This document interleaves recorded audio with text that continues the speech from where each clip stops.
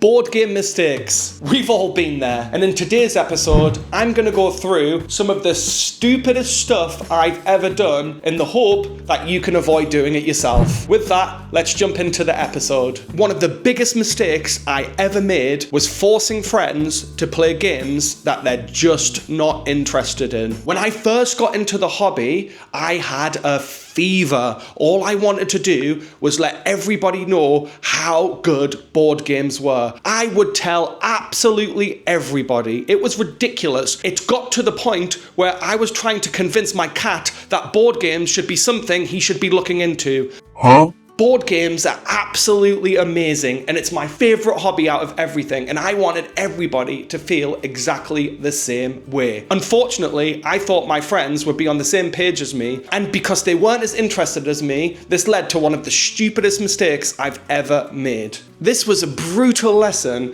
and it took me far too long to realize that not everybody is willing to sit down and learn how to play a game for up to 20 minutes. They don't want to spend half of the day learning the mechanics, learning how things work, how you get from A to B to C to try and win the game. Some people value time spent as just being hanging out together and wanting to have a good time. And this is what my main friend group would like to do. They'd like to use the board gaming as an adjunction to play cards and have something to do while all talking around and having a laugh. And I came in and completely ruined the mood. And my God, was I an absolute bag of dicks because of it. I remember I got into a massive hump because people weren't interested in the game and just wanted to talk. And I thought it was their fault. In reality, it was me being an absolute idiot. Don't be like me. There are so many board games that exist. Thousands come out absolutely every single year. And there's board games for absolutely everybody. Don't force an agenda on people and try to make them play games that they don't want to. Find a game that is for everybody, not just for you, and that fits the right mood.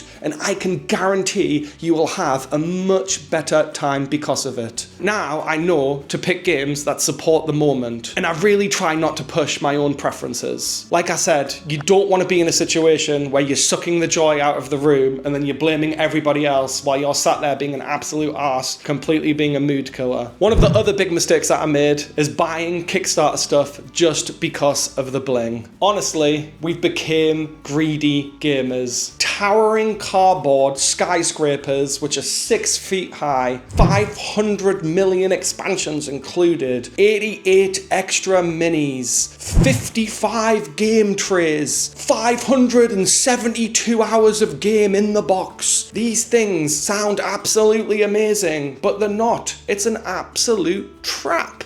It's a trap!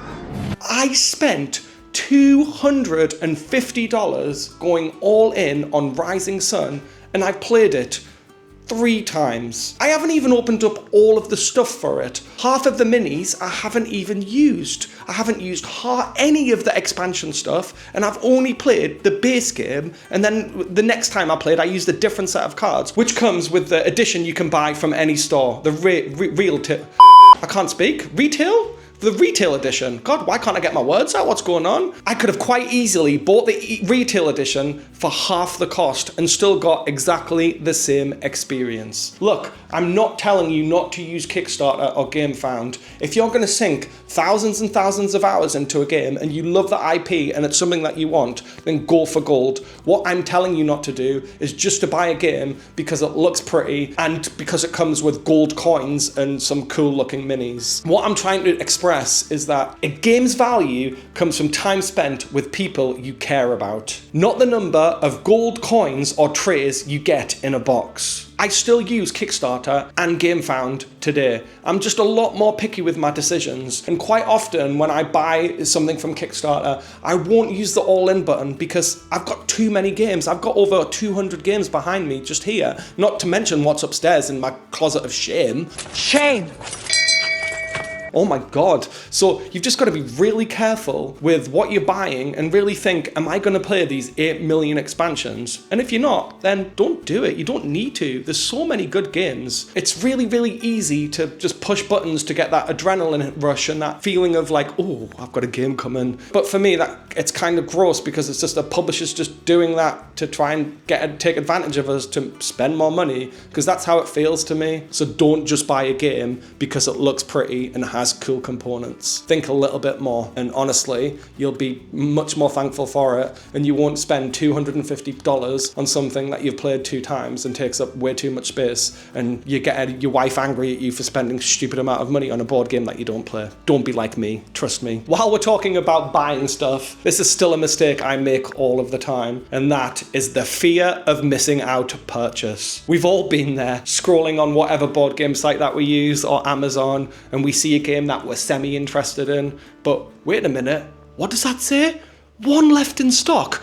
Well, I have to buy it? What happens if it doesn't come back in stock? I might never get to play this game ever again. I need to buy it. So I push that button, I buy the game, it arrives. I was never overly interested in it in the first place, so I don't even end up playing it. All it does is takes up room that I don't have while I play games that I'm actually interested in. Look, publishers absolutely love making money. If a game is good enough, it's going to come back in stock. So try not to stress out and only buy out of panic. Don't be like me. This is a whole list of why you shouldn't be like me, and this is a lesson I really need to learn myself more. So I think after this, I'm gonna watch it and be like, this guy's onto something. He's a clever guy. Another mistake I always make is buying games when they're on sale. If I see a board game that's 50% off, I mean, that's like half the price of what you're supposed to pay. Like, that would be stupid of me not to buy, right? I mean, it's 50% off. It might be 50% off, but it's still going to cost you 50% of the money to sit on your shelf unplayed because you weren't interested in it in the first place. Like I say, be careful with what you purchase. Don't just buy a game because it's on sale. If the game that you want is on sale, bonus, save some money.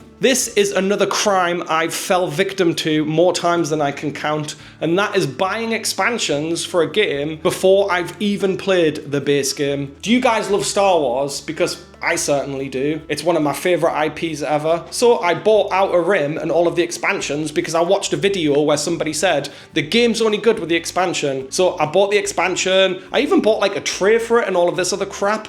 And I've played the game once. I think I spent nearly $100 on it, and I've only played the game once. And now I'm not saying that the expansion's not amazing. It is a good expansion, but what's the point of owning an expansion for a game that I'm not playing? Don't be a dumbass like me and actually invest time into the game before you go off and squander money on expansions for games that you're never gonna play. I feel like I'm talking about crack. It's like we're talking about board games here. I swear to God, like, board game addiction is absolutely real. Like, I need my cardboard fixed, man. Like, where's my cardboard? Give it to me, please. One of the worst mistakes I ever made, and this is one that I will never do again, is not being prepared on game night. If you're hosting a game night, the very least you can do is know the bloody game that you're going to be playing with everybody. When I first got into the hobby, I decided to play Istanbul with everybody without reading how to play the rules, and I was the only one who was like really into board games. Like, I'm the person who buys them and sets them up and organizes it and gets everybody to come and play. And we sat through like a painful 2.5 hours of me trying to read every rule of how all of the different places work,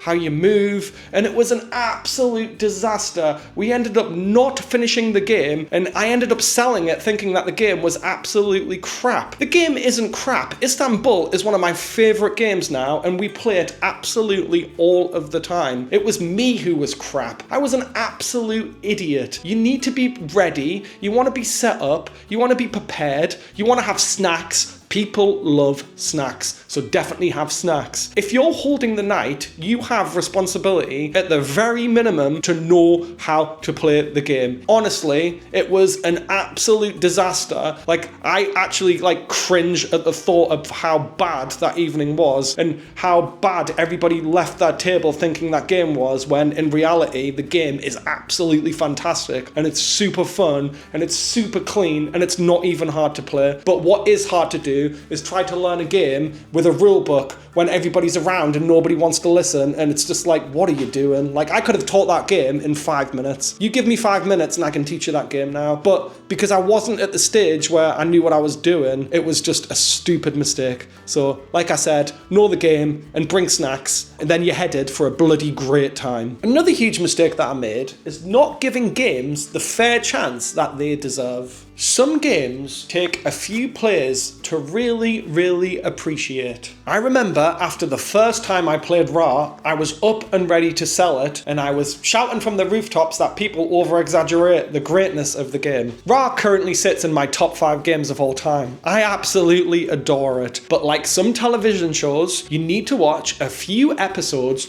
to really get invested, and it's exactly the same with board games. Some games just need a few plays for it really, really to click. So just before you're ready to sell a game, make sure you've seen all the ins and outs of it, and then think about selling it if you still don't like it. But just give the game a fair chance. A lot of the time, it'll be justified and deserved, and you'll come to enjoy it for what it really is. Right, I'm gonna do Jerry Springer now, and I'm gonna give you my final thoughts. What did I learn? I learned that I'm just like Taylor Swift. Hi, it's me.